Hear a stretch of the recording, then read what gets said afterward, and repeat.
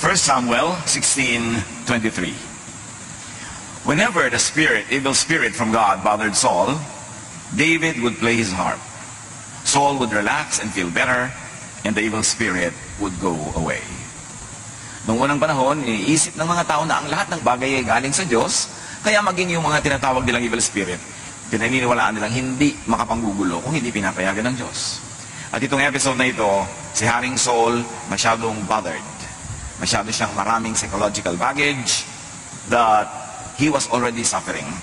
But whenever David would play the harp for him and even sing for him, the so-called evil spirit would go away, he would relax, he would go to sleep. Sa tinagal-tagal ng ating pag-aaral ng Biblia, pagsamba, paglapit kay Jesus, dapat ang bunga nito ay kapayapaan, katahimikan ng loob. Happiness is blank, blank. Mamaya na natin lalagyan ng laman. Panginoon, salamat po. Dahil kayo ay patuloy na nagbibigay sa amin ng mga kaunawaan, kaliwanagan, para lalo kami magkaroon ng buhay na payapa, tahimik, isang buhay na masagana sa aming espiritu, sa aming kalooban. At ngayon, Panginoon, sa aming paglapit sa inyo, sa pagdiriwang namin ng kabutihan nyo sa aming buhay, patuloy nawa kayong mangusap at umakay sa amin. Be our preacher, our teacher, unto Jesusness, into a life of peace and rest and love. Father, we ask you, we seek you to be our preacher in the name of your Son, Jesus. Happiness is, ano nga ba talaga ang elemento, ang sangkap ng tunay na kasiyahan? Negative emotions, according to studies, become negative energies that block other energies. Na yung ating mga negative emotions, they become electrical impulses in the body, they become energies that are negative, at sumasalungat sila sa pagdaloy ng ibang mga positive energies in our body. Kaya nagkakaroon tayo ng mga karamdaman pag lagi tayo mga merong negative emotions. Yung nararamdaman mo lang sa iyong puso, nagiging physical, at nagkakaroon ng mga physical manifestations. James 3:16, for where you have envy and selfish ambition, there you find disorder and every evil practice. And that disorder is not only in terms of social relationships among people, it also happens within the organs of the body. Nagkakaroon ng mga iba't ibang sakit. Kaya yung mga tao pag ninervyos, naninigas ang sikmura, nasisiraan sila ng digestive processes. Kapag sila ay laging galit, nagkakaroon sila ng mga problema sa lungs. At pagka sila ay laging nagagalit, umaapekto pa ito sa liver. Maraming effect. In fact, pagka natatakot o kaya ay nagsiselos, hindi makatulog, apektado ang physical health. Iisa ang tao at ang kanyang damdamin, ang kanyang katawan, ang kanyang kaluluwa ay iisa rin. Luke 6:45, a good man brings good things out of the good stored up in his heart. And an evil man brings evil things out of the evil stored up in his heart. Kung ano daw ang laman ng puso, yun ang lumalabas sa bibig, lumalabas sa kilos, yun ang nagbubunga sa pang-araw-araw na buhay.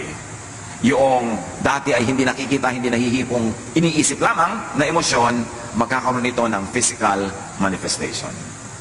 Negative emotions become negative energies that block other energies, disrupting bodily functions and destroying tissues, causing disease. At ito'y sobrang dami ng patunay sa siyensya. At sinasabi yan sa Biblia, Proverbs 14:30, a heart of peace gives life to the body, but envy rots the bones. Pagpayapa ang loob, malusog ang katawan, pero pag may inggitin at marami mga negative emotions, masakit sa katawan, nagkakaroon ng karamdaman. Proverbs 17:22, a cheerful heart is good medicine, but a crushed spirit dries up the bones. So yun ang isa sa mga pinakamahuhusay na gamot. Yung ikay maligaya, ikay masaya, ikay payapa, tahimik. Na kung cheerful ka, kung yung attitude is to find good in everything, to find happiness even in difficult situations, yung ikaw ay optimistic, hopeful, daig mo pa ang merong maintenance medicine. Negative emotions like sadness, loneliness, depression, anger, hatred, jealousy, envy, worry, fear, at kung ano pa, make you sick. Napatunayan na yan sa napakaraming mga experiments at mga observation in a scientific way. Pag mga negative ang emotions, madali magkasakit. So beware of social media na napakadali mong magalit, mainis na mga nababasa mo, o napakadali mong manginis sa mga ipinopost mo.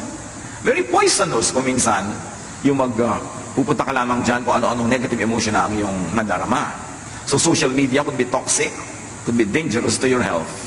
pagka hindi ka nag-ingat at wala kang inner protection. Proverbs 15:13, a happy heart makes the face cheerful, but heartache crushes the spirit.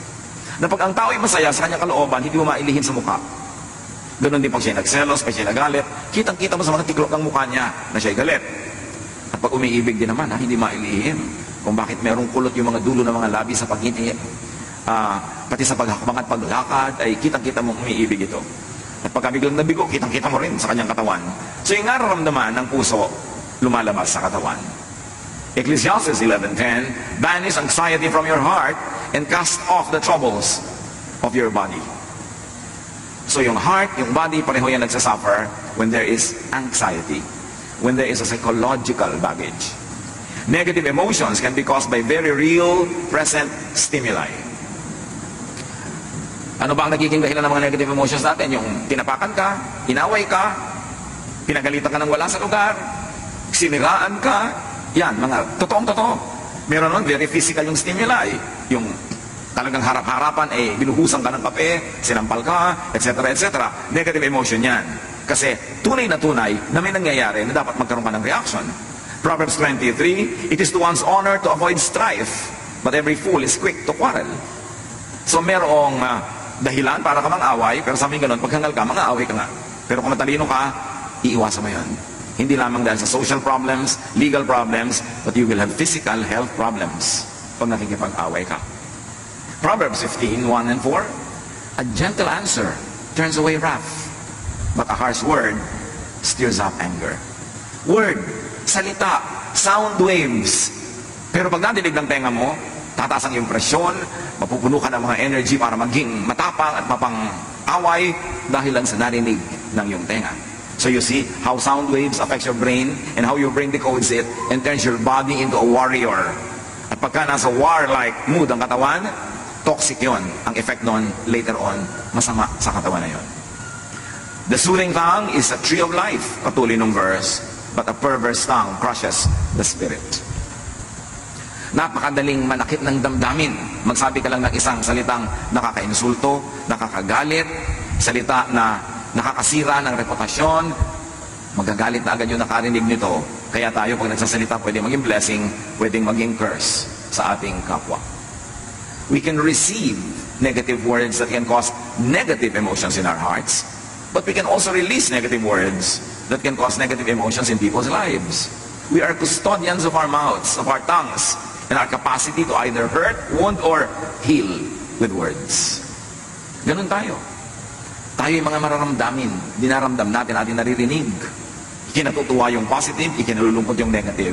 Kaya dapat mapili sa pinapakinggan at sa sinasabi.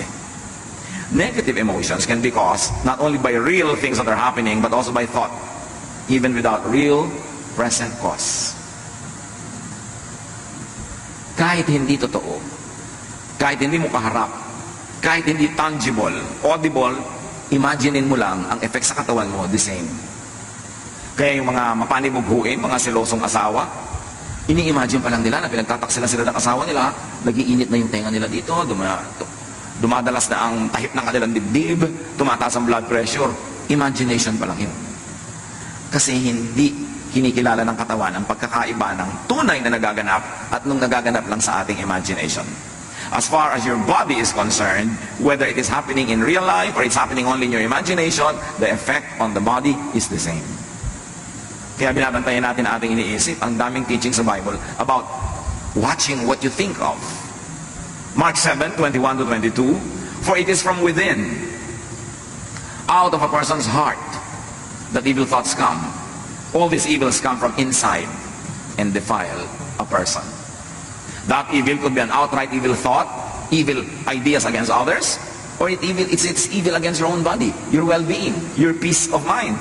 And sabi diyan, it comes from within you. It comes not from others, but from within you. Proverbs 4:23, be careful how you think.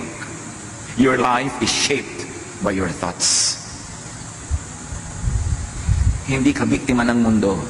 Kasi kahit may mga taong napuputokan na ng lindol at mga bulkan, kung ang pag-iisip nila optimistic and hopeful, hindi sila nawawala ng pag-asa, hindi sila nalulungkot, hindi sila bumibigay.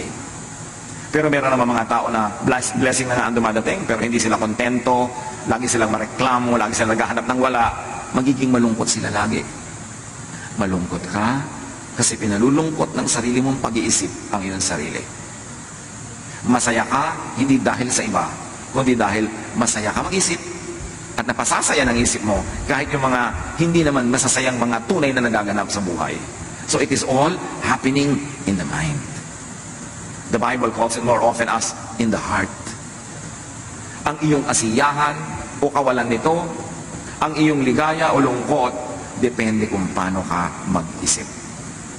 Hindi depende sa nangyayari sa labas mo sa mundo. Be careful how you think. Your life, your health is shaped by your thoughts. Romans 10:9, if you declare with your mouth, Jesus is Lord, and believe in your heart that God raised Him from the dead, you will be saved. So here, the important message is, belief is thought and word that saves. Na pag nananalig ka, naliligtas ka.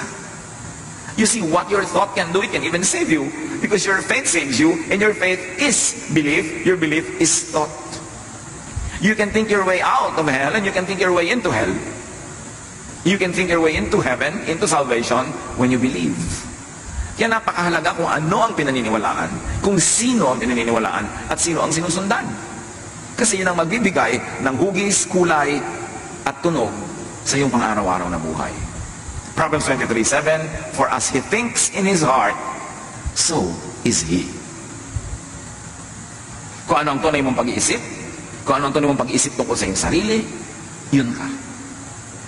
Kaya napakahalaga na meron kang positive na pananaw sa sarili. Hindi naman para maging mayabang, hindi para maging mapagmataas, kundi positive. I'm a child of God, mahal ako ng Diyos. Nagkakamali ako, nagkukulang ako, pero mahal pa rin ako ng Diyos. Pinapatawad ako ng Diyos. Gagawin ko ang lahat na magagawa ko para ituwid ang lahat, pero sa lahat ng kulang, pinupuno ako ng Diyos. Ang ending nun, masaya ka, kahit may kulang ka. Hindi mo ipinagdiriwang na kulang ka, kundi pinagdiriwang mong merong pumupuno sa'yo. Your faith saves you. Your faith saves you not only from the punishment of sin, your faith also saves you from needless guilt, from worry, from fear. Kaya binabantayan natin kung ano yung pinapakinggan, sino ang sinusundan. Kasi pwede tayong sumunod sa isang katuruan o guro na dadalhin tayo sa walang katapusang guilt, sa walang katapusang accusation, sa walang katapusang pagsasabing kulang tayo, masama tayo. Ano mangyayari sa pag-iisip mo tungkol sa iyong sarili? Dumadali para sa mga masasamang espiritong pasukin ng iyong puso. Kasi maraming fear, maraming negative emotions. At yun ang kinakapitan ng mga masasamang espiritu. Negative emotions can be caused by remembrance of the negative past. Kuminsan, ang saya-saya mo na ngayon, maayos na ang buhay mo, pero maalala mo lang kung paano ka naapi ng bata ka, kung paano ka naabuso, kung paano ka ganito at gano'n, biglang nawawala ang saya mo, nagagalit ka, nagdaramdam, at meron pa, pwede kang itulak yan para maghiganti, para gumawa ng mali, doon sa mga gumawa sa'yo ng mali, sa kadadali ng pag-iisip na yan. Aalisin ka niya sa blessedness, ibabalikan niya sa state of curse. Kaya napakahalaga na yung mga negative past, ipatawad na, patawarin na, hugasan na ng dugo ni Jesus, itago na sa museum, huwag nang ungkat-ungkatin, huwag nang lagi pang bayaan na makaapekto sa buhay natin araw-araw, kasi hindi ka dapat maging bilanggo ng nakaraan, lalo't kung ang nakaraan ay hindi naman kagandahan. 2 Peter 1:5-9, make every effort to add to your faith goodness, and may add goodness in thought, and to goodness knowledge in how to think, and to knowledge self-control, which we read as thought control. Pag pinipigil mo ang iyong isip, mapipigil mo ang paglago ng mga bagay na hindi karapat-dapat para ikaw ay mapasama, mapahamak. O nagsisimula ka na magalit, control your thought. Change the topic. O nagsisimula ka na uling lumabas na naman ang kutakot-takot ng mga negative things, control your thought. Because if you don't control your thought will control you. And as you think, you become. Kaya mayroong mga tao, sobrang magagalitin. Wala ka kwenta-kwenta, galit agad. Kasi galit sa mundo. Kasi marami na siyang galit na inipon sa kanyang puso. Para kumbaga sa puso niya, isang baso. Isang patak na lang, puno na, aapaw na. Kaya kahit sino yung makapaglagay doon ng patak na nakaka-irritate sa kanya, aawayin na niya, makikipagagalit na siya. Kahit walang kabagay-bagay. Kasi puno. Kaya dapat yan ay ipasa Diyos na. Kalimutan ang mga nakaraan na hindi maganda. Yung mga sama ng loob, yung mga itinatanim nating mga tampo. Alisin na. Kasi lagi kanyang pahihirapan. For if you possess these qualities in increasing measure, they will keep you from being ineffective and unproductive in your knowledge of our Lord Jesus Christ. the knowledge that brings you into peace.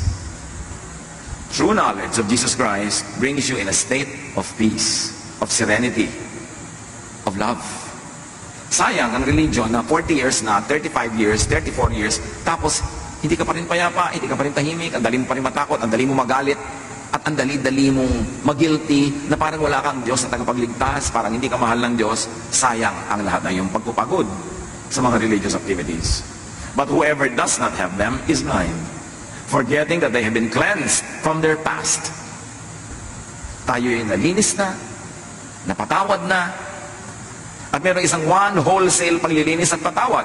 Nung tinanggap mo si Jesus sa iyong buhay, nanalig ka sa Kanya, pinatawad na ang lahat ng daladala mo ngayon, yung kahapon at dadaling pa sa kinabukasan. That's why you have passed from death to life. Hindi ka na dapat laging matakot na araw-araw na naman, nawawala na naman yung kaligtasan mo na yan, kasi nga, you pass from death to life. Although hindi dapat gawing lisensya para mamuhay ka ng wild. Pero nabubuhay ka, cognizant of the fact that you're human, that you do your best, but you know that it will never be enough all the time. Sa mga kulang mo, yun ang pinupunan ni Jesus, kaya kami tagapagligtas. That is what Jesus should bring you into, a life of peace in spite of who you are, in spite of your reality, and in spite of your perfection that manifests every now and then. Hindi ka dapat magpadaya na tuwing nagkakasala ka, nagkukulang ka, eto ka na naman, taga-impyerno ka na naman, kasi minsan lang. Jesus died once for all. Pag na-appreciate natin yung tunay na kahulugan ng grasya ng Ama sa pamamagitan ng anak, magkakaroon ka ng kapayapaan kahit hindi ka naman karapat-dapat, kasi wala sa ating karapat-dapat. Kaya luwalhati ng Diyos yung kanyang pagliligtas sa atin by grace, through our faith in the Lord Jesus Christ.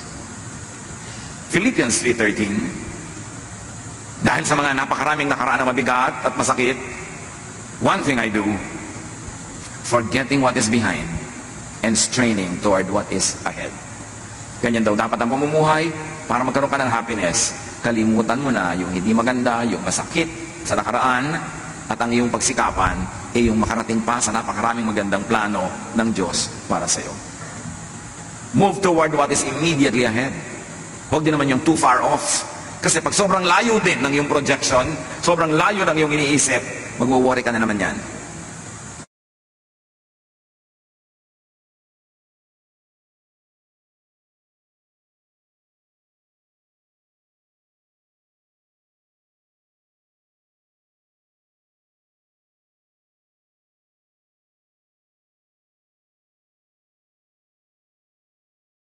Permanent way. And that permanence is not dependent on your performance. It is dependent on the performance of Jesus on the cross. Kaya meron ka dapat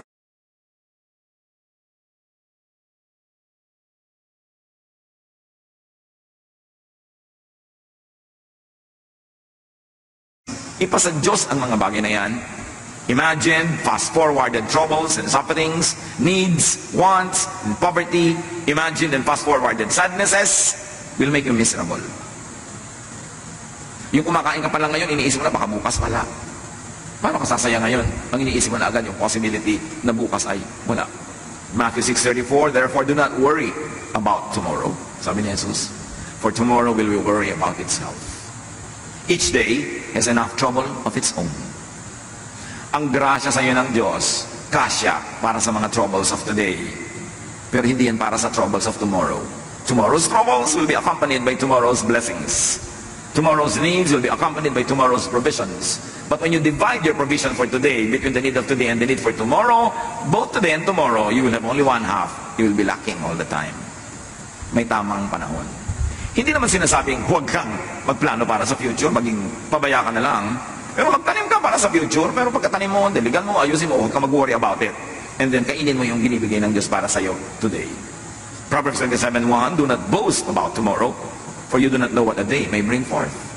So kung masyadong isipin nyo ang layo-layo pa, kasi hindi mo nga alam kung buhay ka pa pagdating ng oras na yun. Pinroblematize mo pa ngayon, nabawasan pa yung happiness mo na dapat for today, lugi ka. James 4:13-14. Now listen, you who say, today or tomorrow we will go to this or that city, spend a year there, carry on business and make money. Why? You do not even know what will happen tomorrow. So meron kang general plan for the future, but you don't become too obsessed with it. May preparation ka, generally speaking, when it comes, but you don't destroy your today worrying about tomorrow. And definitely, you don't destroy your today thinking about the past. Lalo namang walang mangyayari dahil tapos na yun. Thought, remembrance, imagination are read by the body the same way as it does very real and very present stimuli. Yung mga guni-guni, mga gunita, mga imahinasyon, kahit hindi yan nangyayaring totoo, pag iniisip natin, ang interpretation ng katawan natin, totoong nangyayari. Kaya yung katawan, nagre-respond, sumasagot. Kaya kung iniisip mo isang bagay na nakakatakot, adrenaline is released into your bloodstream kahit hindi kailangan. Kaya pag naisip ka ng mga bagay na nakakatakot, nakakagalit, mamaya pagod na pagod ka. Kasi yung adrenaline was released into your blood system. At ang ending noon, pagod ka. Bantayan ang iniisip. Yung mga nag-iisip ng problema, at least kung problema ang darating sa future, they suffer at least twice. They suffer now thinking about it, and they suffer pag dumating na yung oras na yun. Isa yan sa mga burdens ng pagmamahal. Pag may mahal ka, ang laging fear mo, baka siya mamatay. So kasama mo siya ngayon, baka siya mamatay. Pero buhay na buhay pa siya. So yung katawan mo, nagre-response sa idea na yun. Nalulungkot na siya, nag-worry na, tapos bukas baka siya mamatay. Iniisip mo yun. 50 taon mong kasama sa buhay. Isipin mo, 50 taon mong iniisip mo kasi mamatay. So pag namatay na talaga yan, doon ka ngayon magre-respond na naman ng totoo. So 2 beses ka nag-suffer. Before and during. And the before could be a lot of days, a lot of years. Ang dami natin laging iniisip. Kaya kung minsan yung iba, nasa bakasyon, iniisip na pag uwi ko, baka marami kong problema. Huwag pa naman naisipin pag uwi mo na. Kasi nasa bakasyon ka, hindi ka nag-enjoy. Yung problema, ang iniisip mo. Pagdating mo, may problema nga, 2 beses ka nag-suffer. Paano kung pagdating mo, walang problema? At least you suffered already once, imagining it. Yung pala naman, hindi mangyayari. Mga anak ng Diyos, isa yan sa mga dapat nating mapagsanayan to control our thoughts. Kung saan mo pinapayagang dalhin ka ng thought mo, doon niya dadalhin ang katawan mo, ang kalusugan mo, ang ugali mo at ang asal mo. The body reacts accordingly to your thoughts. Kaya tingnan mo, pagka ikaw ay seloso sa iyong mahal sa buhay, o selosa ka, kahit wala siyang ginagawa, inaaway mo na. Kahit wala siyang ginagawa, hindi mo man awayan, nakasimangot ka. Pag uwi, nakasimangot ka, wala kang gana. Kasi inimagine mo, meron siyang kalaguyo kanina sa mall. Imagination mo pa lang yun, pero naapektuhan na yung asal mo. Bibigyan mo asawa mo ng kape, malamig. Bakit malamig, dear? Pag-initan mo, di ba? Bakit ka ganyan? Kasi ini-imagine ko may kasama ka. Yung ganon. Pero hindi mo naman siyempre aaminin na may ini-imagine ka. Ang masama nun, yung wala naman pala, nagdusa ka na. Ngayon, kung meron talaga, sabi mo, Pastor, paano kung meron talaga? Doon ka lang magdusa. Kung nalaman mo na. Pero hindi mo pa alam, nagdudusa ka na, di malugi ka niyan. Kaya paano kung mapaghahandaan? Wala naman talaga nakakapaghanda sa ganyan. Meron ba talagang napigil pagka gusto? Naku, hayaan mo. Gumawa ka ng buhay mo, masaya ka, productive ka.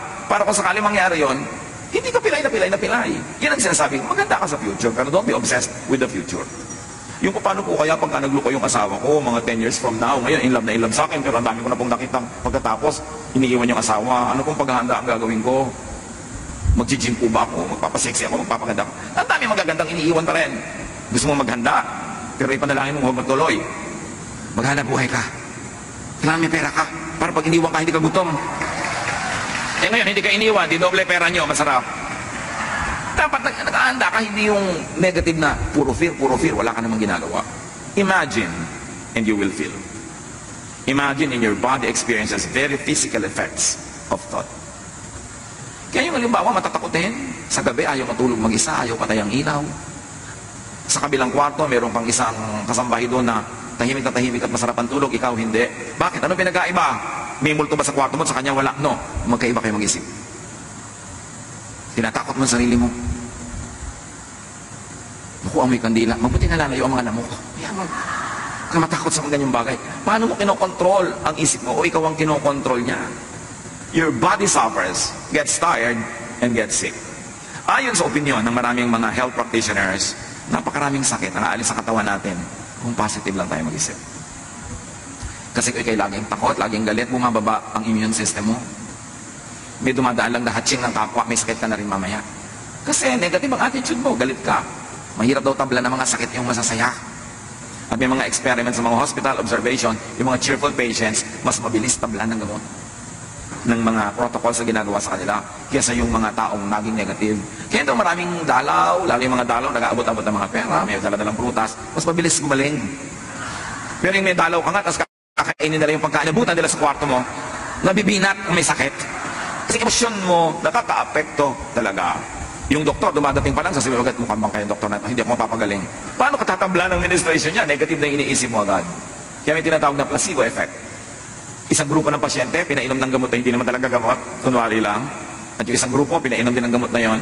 Yung mga naniniwala na gamot yon, nanggalingan. Kahit hindi talaga gamot yung inom.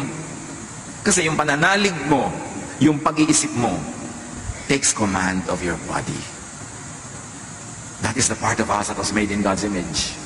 There's power in our thought. There's power in our words. Kaya iniingatan din natin ating mga salita na hindi laging negative. Because by saying many negative things, we're actually praying in the negative. But saying very positive and encouraging and beautiful things, actually are prayers. Even without the amen ending, prayer ang lahat ng iniisip at sinasabi ng tao. Hindi dinidelineate ng heaven yung statement, yung mura, yung prayer na formal, at yung iniisip. Pare-pareho lang yung nagre-register. Kaya bantayan. Fix your sight, your attention, your thought on Jesus. Nagkakasala ka, nagkakamali ka, fix your eyes on Jesus. Not to abuse His kindness, but to lovingly and gratefully receive His grace.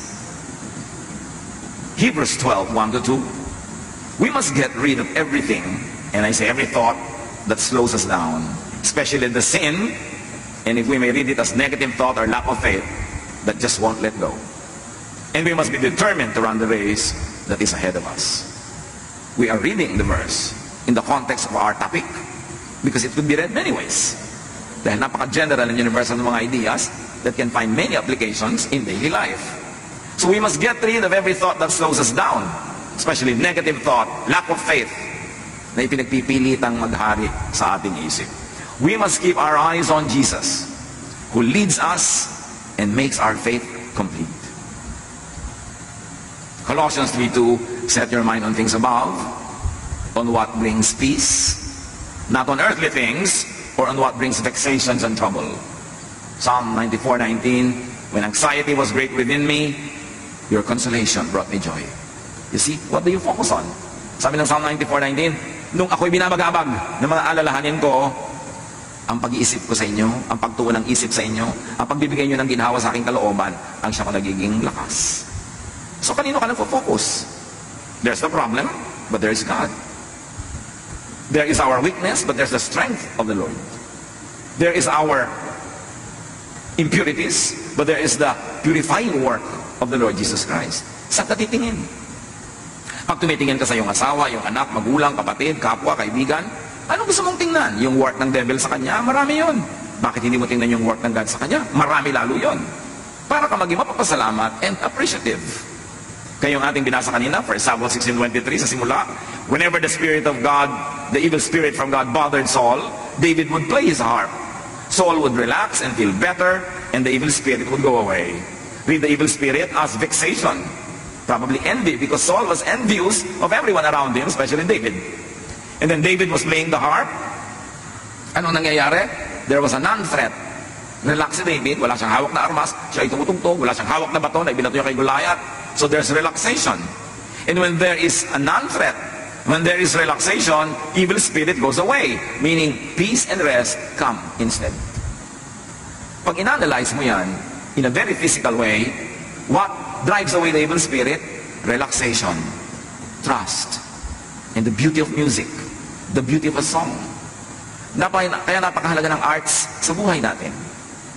Kasi pag tayo nakakakita ng magagandang bagay, nakakarinig ng magandang musika, pagka tayo ay naliligid ng mga taong nag-i-inspire sa atin na mag-relax, kasi sila ay non-threatening, non-competitive, what happens? Evil spirits go away. Whether those spirits are actual spirits or emotions that are very, very negative, that poetic writers of the Bible call evil spirits. Whether they are real evil spirits or symbolic, the same effect happens. When you relax, your demons go away. Kaya sa lifestyle natin, maganda naman na tayo ay busy, maganda na tayo productive, maganda na tayo maraming ginagawa, pero dapat marunong ka magpahinga.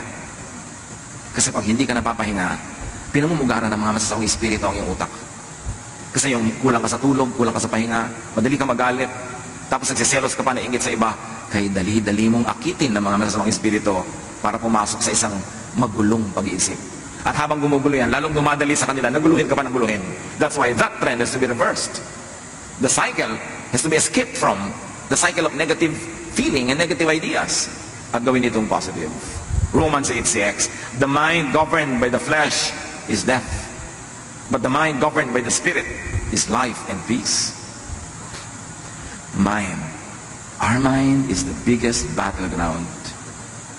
Pag natalo ka na sa loob ng isip, matatalo na ang iyong katawan, matatalo na ang iyong ugali, matatalo na ang ginagawa mo sa labas, at pakikitungo mo sa iba, talo ka na. Ang nananalo sa spirit, sa isip pa lang. Our battle is not against flesh and blood, but against powers, against principalities in the air, or if you like to say it, principalities and powers in the brain, in the mind. Yung mga umaagaw sa atin, sa ating pag-iisip, sa ating value system, sa ating behavior. Negative emotions make the body go in fight or flight mode, marshalling and expending precious energy, and they cause stress, imbalance, illness, and damage to the body. Mga kapatid, kung meron sa ating sakitin, may dumaan lang na imon, may sakit ka na. May konting alalahanin lang, sobra ka ng inuubo. Laging masakit ang ulo, masakit ang bewang, masakit ang paa, masakit lahat. Paki-review ang paraan ng inyong pag-iisip. Baka kayo malungkutin, madrama, masuspetsa, maselos, lalo mainggitin. Napakarami mga mainggitin, lagi may sakit.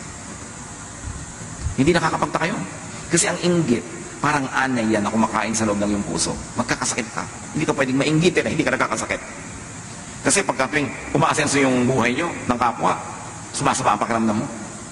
Mayroon na mga Korean na nagsabi because of their excessive progress or so-called materialism daw ngayon, whenever the house of your neighbor gets an extension, you have a heart attack. Dahil nagkakainggitan. Mayroon sobrang kompetisyon. Pag ikinalulungkot nyo ang pag-asenso ng kapwa, kakasakit kayo. Pagka gusto nyo masama ang mangyari sa kapwa, bago pa makarating sa kanya yung masamang thought, nasa loob na ng isip nyo, mangyayari na yun sa inyo in many ways. Anger, jealousy, envy is like acid. It destroys its container before it could destroy others. Kaya bantayan natin ang ating isip kung ano yung pinaglalagay natin dyan. Kasi dyan nagsisimula ang ating sakit o paggaling. Importanteng kontrolin yan. James 4:1, what causes fights and quarrels among you or within you in your person? Don't they come from your desires, from your feelings that battle within you? So you see, feelings that battle within you cause a lot of imbalance and it will cause a lot of problem. Isaiah 40:30-31, even youths grow tired and weary, and young men stumble and fall, but those who hope in the Lord will renew their strength, will renew their thought, will renew their emotions, because those whose thoughts are in the Lord become well. They will soar on wings like eagles. They will run and not grow weary. They will walk and not faint.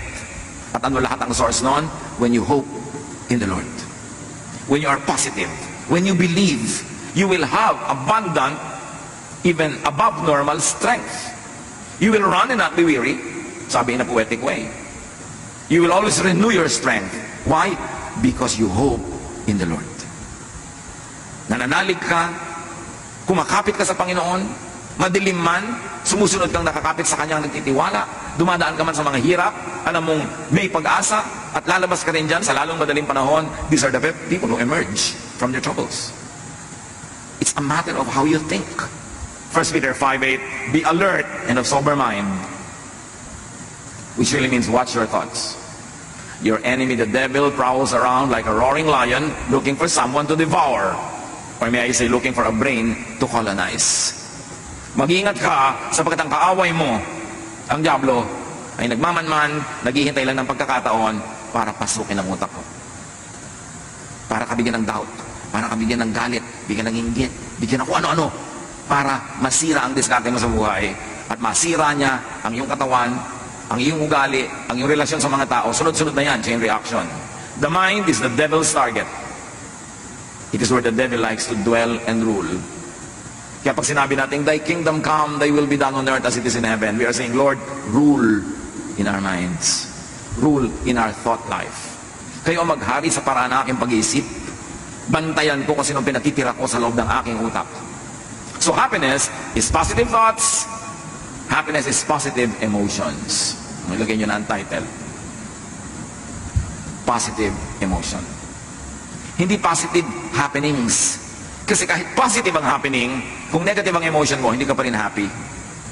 Pero kahit negative yung nangyayari sa labas, kung positive ang emotion mo, happy ka. So ang iyong kasiyahan, ang iyong kalungkutan, nasa iyong pag-iisip. Huwag mong sisihin ang mga Hapon at mga Kastila. Huwag mong sisihin ang buwan o ang mga planeta. Nasa pag-iisip mo yan. And you must take control of your thought. You must never allow the devil to rule the way you think. Drive away negative emotions. And do not give time and space for such negative emotions. Sabi ng James 4:7, surrender to God, resist the devil, and he will run from you. Tanggihan mo, at siya'y dali-daling aalis. Hindi mo kailangan makipag-away sa kay devil, hindi mo kailangan makipagbuno sa kanya, tanggihan mo lang. Kasi pag tumanggi ka sa pangalan ng Panginoon, wala siyang kalakas-lakas para ipagpilitan ang gusto niya mangyari. Proverbs 16:32, whoever rules his spirit is better than he who takes a city. Ang tunay na kapangyarihan at lakas ay hindi yung makapagwagi ka ng mga digmaan at magapi mo at ma-occupy mo mga cities. No, ang tunay na lakas yung nakokontrol mo ang iyong sariling isip. Na pag naliligaw na yung pag-isip mo, nagagalit ka na, o may invento ka na ng mga kung ano-ano, pinipigil mo ang sarili mo. Hindi mo pinapahayaang mamulaklak, lumago, yung ganun mga negative thoughts. So very importantly, forgive the past. As if the past was a person. Forgive others. And also forgive yourself. Kaya maraming relihiyosong tao, mas nagiging sila, hati ang loob. And so many religious people, even religious leaders, see psychiatrists. This is a fact. Because many religious people, laging hati ang loob. Kasi meron silang iniisip na moral standards na dapat nilang maabot. Tapos alam nila yung katotohanan ng buhay nila na hindi nila naaabot. Nagkakahati-hati ang loob nila. Nagpapanggap sila, nabubuhay sila sa pagkukunwari. Lalong nakahati ang loob nila. Lalo sila nagkakaroon ng mga psychological and emotional sicknesses. Kasi hindi nila nare-resolve na yes, God is holy. Yes, God is perfect. Yes, God is sinless. But God remembers that we are dust. Not a license to abuse it. But whenever your best falls short of God's glory, you know that God's Son, Jesus, His blood cleanses us from all sin. You know that when your best is not enough, it is filled with the grace and kindness of God. So you know that at any state in your life, whatever your actual spiritual accomplishment is, or lack of it, God loves you, and God takes care of you. Yun lang ang nagbibigay ng peace. Pag yan ang naunawaan mo sa iyong religiosity, yes, banal-banal ang Diyos, pero ang Diyos manaalala ng ikaw ay gawa sa lupa. Natatanggap mo yun, hindi mo inaabuso, hindi mo ginagawang lisensya para sinasadya mo ng magkulang, pero alam mo sa iyong mga pagkukulang, pinupuno ka ng Diyos, doon ka lang matatahimik. Kaya pag hindi naintindihan ng tao yung Jesusness, the love of Jesus, at i-misinterpret na yon as a wrong teaching, encouraging sin, which is of course not what it should be, pag hindi niya naintindihan, magiging pabigat lang sa kanya ang religious belief. Magiging pabigat sa kanya ang religious membership and even a religious ministry kasi laging mahahati ang loob niya sa katotohanan tungkol sa kanyang sarili na alam niya at sa napakataas sa pamantayan na pilit inaabot ng marami, not realizing the grace of God makes us accomplish that through Jesus. So ano dapat ang effect? Nakikita natin sa kasaysayan, napakarami mga depressed people pero religious. Napakarami mga pagkukunwari, pagbabalat kayo. Kasi ang hindi nila nauunawaan, aside from God is holy, is that your faith by the work of Jesus makes you holy. That it fills all the kulang. Pero lagi kong idinidiin na hindi yung lisensya. Para huwag ka na gumawa ng tama, puro mali na lang. No. Sa pagsisika mo paggawa ng tama, kulang at kulang pa rin yan. God remembers that we are dust. That's when the grace of God is your shelter, is your protection. And when you understand that and live in the spirit of peace and rest because of the work of Jesus, that's when you can have peace. Doon ka matatahimik. At yun ang pangako ni Jesus, my peace I give to you. Come to me, I'll give you rest. Paano ka magkakaroon ng peace and rest kung lagi kang uusigin ni Jesus dahil may kulang ka?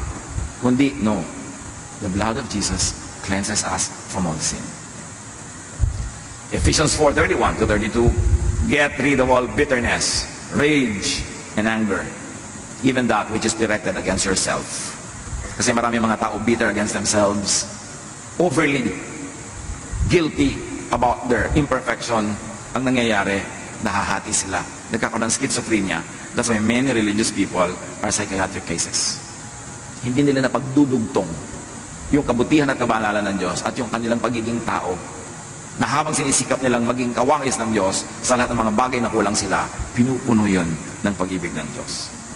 So sabi, be kind and compassionate to one another, forgiving each other, just as in Christ, God forgave you.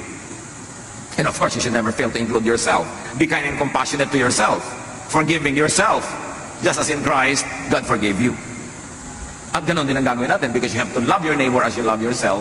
So you are kind and compassionate and forgiving also to your neighbor. How else do you have happiness through positive emotions? Do not worry about the future. Worrying will not help. Plant a seed, but do not dig it to see if it's growing. Plant it, take care of it, and then go on with your daily life. Philippians 4:6-7. Do not be anxious about anything, but in every situation, by prayer and petition, with thanksgiving, present your requests to God. And I'd like you to focus on the thanksgiving, because the thanksgiving is how Jesus prayed. I thank you, Father, that you heard me. Ganun agad. Nagpapasalamat, because wala siyang duda na mabait at mabuti ang Diyos. At ano daw ang bunga pag ganon? And the peace of God, which transcends all understanding, will guard your hearts and your minds in Christ Jesus.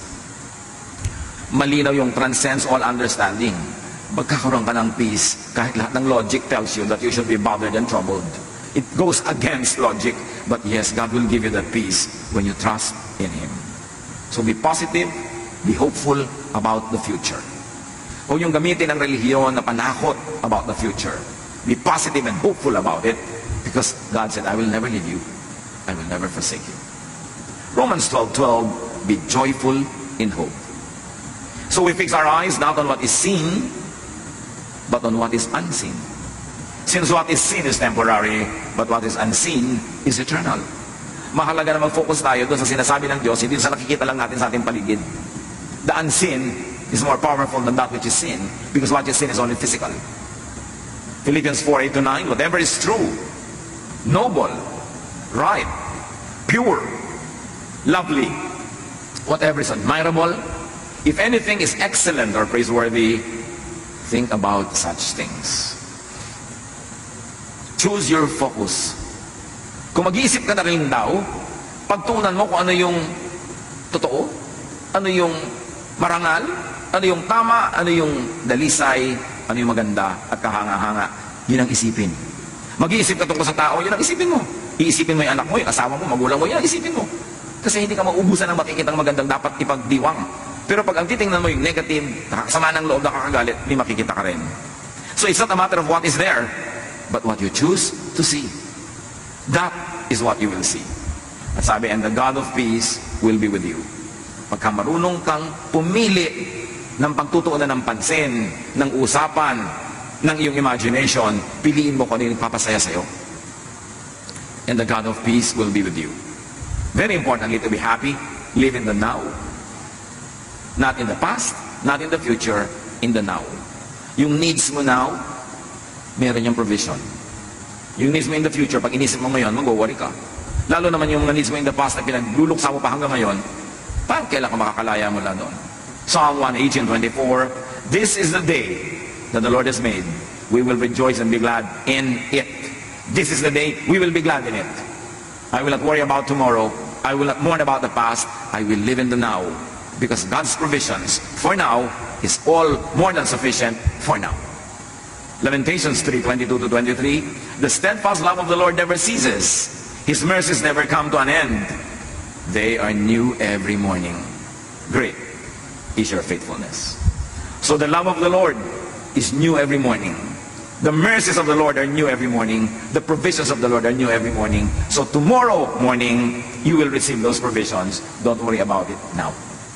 Let others also enjoy positive emotions. Set others free to enjoy positive emotions. Meaning, huwag kang mang-ashar. Huwag kang manggalit. Huwag kang manginggit. Huwag kang gumawa ng mga bagay na iinis, ikagagalit ng iyong kapwa. Maawa ka rin sa kanya. Kasi bawat tao, survivor. Hindi mo alam kung anong pinagdaanan niya kahapon. Hindi mo alam kung anong pinagdaanan niya kahapon, nung nakaraang taon, nung nakaraang 10 taon. So payagan mo naman siyang sumaya ngayon. Kung pwede mo siyang guluhin ngayon, huwag mo na siyang guluhin. May namatay, halimbawa, alas 9 ng gabi, malayo yung namatay, kailangan mo pa talagang sabihin doon sa mga tao today, mismo ngayon, namatay si Hindi na sila makakatulog buong gabi. Ba't yun na lang bukas? Total patay na. Hindi naman sila yung embalsamador. Hindi naman sila yung aayos ng mga arrangement. Ibabalita mo pa ngayon, maawa ka naman, patulugin mo na lang bukas na ng umaga. Pwede ba? Kasi wala na namang maiiba eh. Hindi lang siya makakatulog buong gabi. Meron tayong mga kumisan, makapagsalita ka lang, makapagbalita ka lang. Alam na alam mo na makakagulo sa kapwa, pwede namang i-delay pa, ibibigay mo na agad. That's unkind. Unless stakeholder yung tao, unless yung kanyang immediate attention and knowledge of it would change and make things change for the better. Pero may mga bagay na ipinagpapabukas na. Kasi naaawa ka doon sa taong hindi na lang makakatulog ngayon. May mga bagay na hindi mo na ikinukwento. Yung mga, alam mo ba, doon sa kabilang mesa, pinag-uusapan ka, ganito ka daw, ganon. Ano magagawa niyo doon sa mga matatabil na dila na yon? Tapos itong tao masaya, gagalitin mo, mawawala yung saya niya dahil pinaadating mo sa tenga niya yung mga nakakagalit na bagay na malaman man niya at hindi, cannot change the universe. Ibabalita mo lang sa tao yung negative kung nanganganib ang kanyang buhay at meron siyang dapat gawin para maligtas o meron siyang pwedeng magawa para ayusin ang situation. Pero for the sake of just being informed, maawa ka sa tao na kumisan sandali na lang siyang sumasaya, bihira na lang ang panahon na siya ay makapahinga, bubuhusan mo pa ng mga bagay na negative, yung isip niya, balik na naman siya sa gulo. We should be kind to one another. Hindi yung ma-unload mo lang yung problema mo, ay naku, salamat naman, gumaan ang loob ko. Nasabi ko sa iyo, oo nga kasi loob ko ang bumikap. Gumaan nga ang loob mo at may expense. May mga ganun, huwag kang pagaan ng loob mo, tapos ibubunton mo lang sa iba. O kaya, hindi rin naman gagaan yung loob mo, bubuntonan mo pa siya, idadamay mo pa. Ang dami-daming pinagdurusan ng tao. Kung kaya mo na huwag nang dagdagan pa yon, huwag mo nang dagdagan. May mga tao na yung sinasabing the straw that broke the camel's back. Alam niyo mga camel, kinakargahan niya ng napakaraming mga damo na binubuhat niya. Takala ng tao, ang lakas-lakas niya. Meron naman nagdagdag ng isang straw na lang, natumba na yung camel. Kasi isa na lang pala ang idadagdag mo, tutumba na siya. At sa buhay natin, ang mga kapatid, may ganun. Yung bang ang dami mong dala, ang dami mong lungkot, ang dami mong nang-alalahanin. Kung pwede lang sabihin sa mga tao, please, kung may sasabihin ka na magdadagdag ng lungkot ko ngayon, huwag na muna, hindi ko na kayang madagdagan to. Baka masampal na kita. Kahit hindi ikaw ang may kasalanan, nagdidilim na kasi ang isip ko. No? So, please lang, huwag muna akong dagdagan ngayon. Mga kapatid, makiramdam naman tayo. Makiramdam tayo. Lalo itinetext mo lang yung problema. Naiinis ka sa kapitbahay mo, ite-text mo pa doon sa pinsan mo. Hindi mo alam kung ang dami na niyang dala ngayon eh, dadagdagan mo pa. Hindi mo pwede sarilinin mo na lang yung inis mo sa iyong neighbor. Ba't kailangan mong ipasa? Be kind. Luke 17:3. If your brother or sister sins against you, rebuke them. Sino daw nire-rebuke? Kung sa'yo talaga nagkakasala. Aba, nakatapak yung paa niya sa'yo, ang bigat-bigat ng bakya niya, rebuke them. Kasi ikaw yung natatapakan. Pero hindi naman ikaw yung naapektuhan, hindi ka sa kanya nagkakamali. Huwag ka mag-rebuke na mag-rebuke. Akala naman natin, kung mag-churchmate mo, rebuke ka na ng rebuke. Sabi, if your brother or sister sins against you, yung ikaw talaga ang directly, significantly affected and damaged, rebuke them. And if they repent, forgive them. Pero hindi ka rin rebuke ng iba na hindi naman siya sa'yo nagkakasala.